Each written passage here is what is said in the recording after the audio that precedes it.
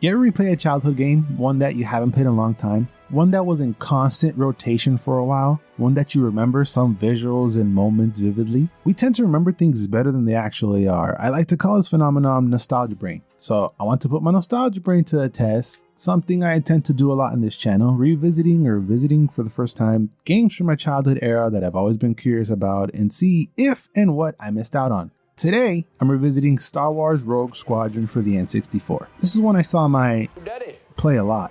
And I played it as well, but as a kid, you just do stuff not really paying attention to the objective of the game. I would just fly around and shoot stuff until I basically beat the level. That was how I played most of my games growing up. Destroy and move on, not understanding the story or gameplay mechanics at all. That's the reason why I'm playing older games, to attack them with my now adult form big brain. But for some reason I do have fond memories of flying around and shooting down TIE fighters around the galaxy. I believe I was around 9 or 10 years old. I don't actually recall beating the game by myself, but I remember mostly replaying levels my daddy unlocked. Damn, Daddy.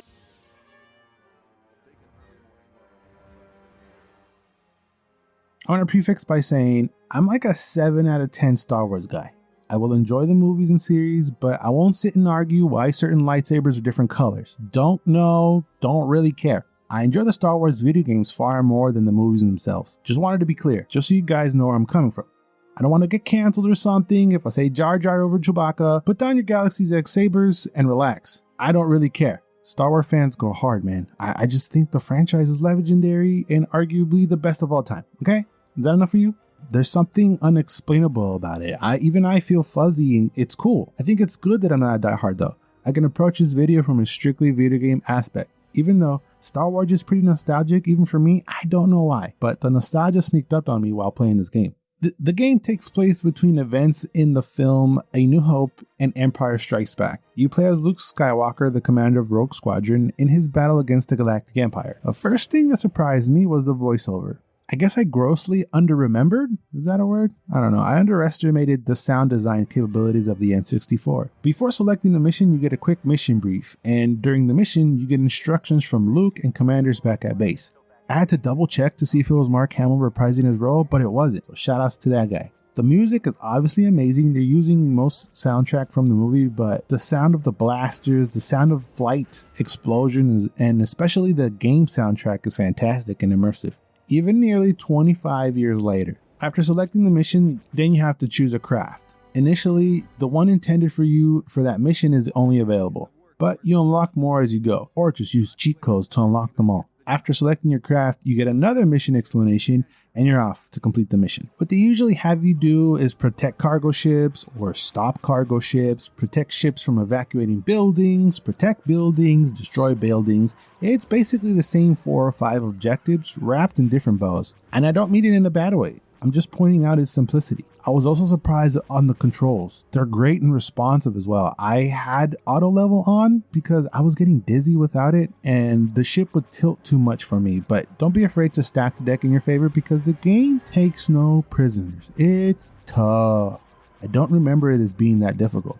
I feel like the second to last mission is nearly impossible without extra lives. It's insane. It's cheating. So you start off the mission with 3 ships or lives. There are no checkpoints during the missions. If you die, you die. It's game over. But what I found odd was that your lives kinda carry over. Let's say you die in one mission, then you beat it. You start the new mission with the 2 remaining lives, so on and so forth until game over. Often I completed missions with 1 remaining life. I would abort the mission to get 3 lives to start and give me the best chance to complete the next one.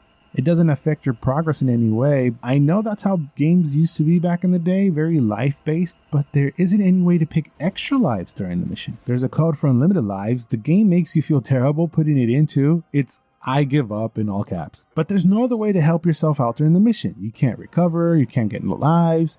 So the lives just feel odd and out of place. Oh, and you best believe I used that cheat codes towards the end. I was going crazy. I ain't afraid of a minute either. There's no shame in using them. That's what they're there for. And the game almost forces you to do so. In some missions, lives aren't the issue.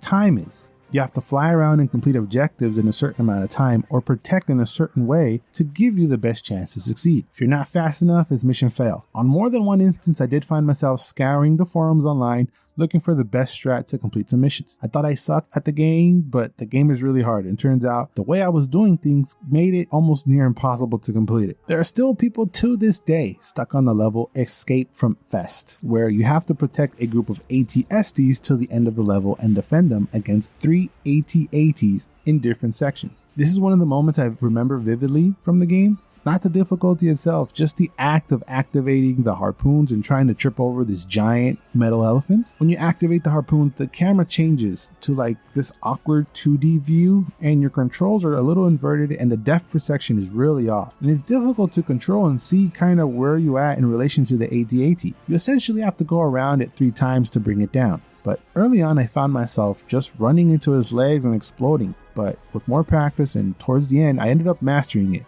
or at least doing it more confidently. And even in some occasions performing the perfect trip where you started at the right time and just hold the stick to the side and hold boost for 3 perfect circles. So speed and time is important if you care about the medals. At the end of each level you receive a medal depending on your time, enemies killed, people saved, bonus collected, and accuracy, forcing you to be more selective with your shots. But as you can tell from this footage, I just hold down the fire button. That's why I got only bronze medals, if I got any at all. What's funny is that I still remember my advice of shooting in front of them. Shoot where they're going to be, not where they are. Really helps. Thanks a lot. Daddy. Oh, Daddy. Daddy knows.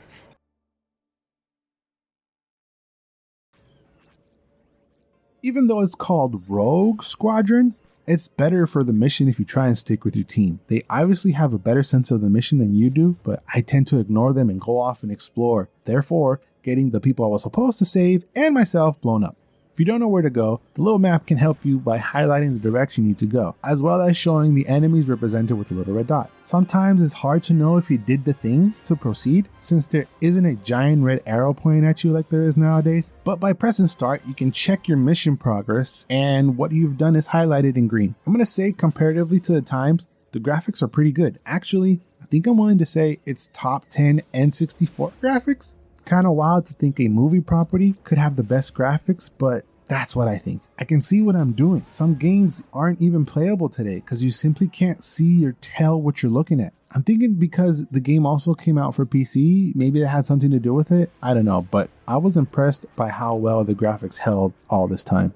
There's a total of 16 levels and 3 bonus levels. Those are Beggars Canyon, you have the Death Star Trench Run, and the Battle of Hoth. Very nostalgic and fun to play parts from the movies. If you suck like me, there's a total of 38 cheat codes and secrets to help you along the way, but they can still only get you so far. Eventually, you need to get good to beat the game. I really had fun down this memory lane, which allowed me to fully take in a game that I had and played growing up, but not fully understand or even appreciate back then. I mean, look at the cover art. Look how awesome and detailed it is. It's great. It wasn't until now with wiser eyes that I fully comprehend what this game was even back then, and why it's on a lot of online top 10 N64 lists. No offense, Daddy. Honestly, before playing it, I would have said, tripping you are, and disagree with those lists. But after I played it, that claim makes more sense the more I think about it.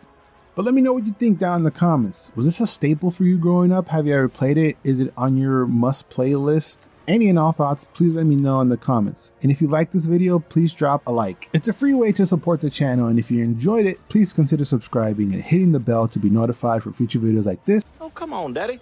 May the force be with you, and always and forever, you do you. Nice work, Rogue Squadron. We might make a name for ourselves after all.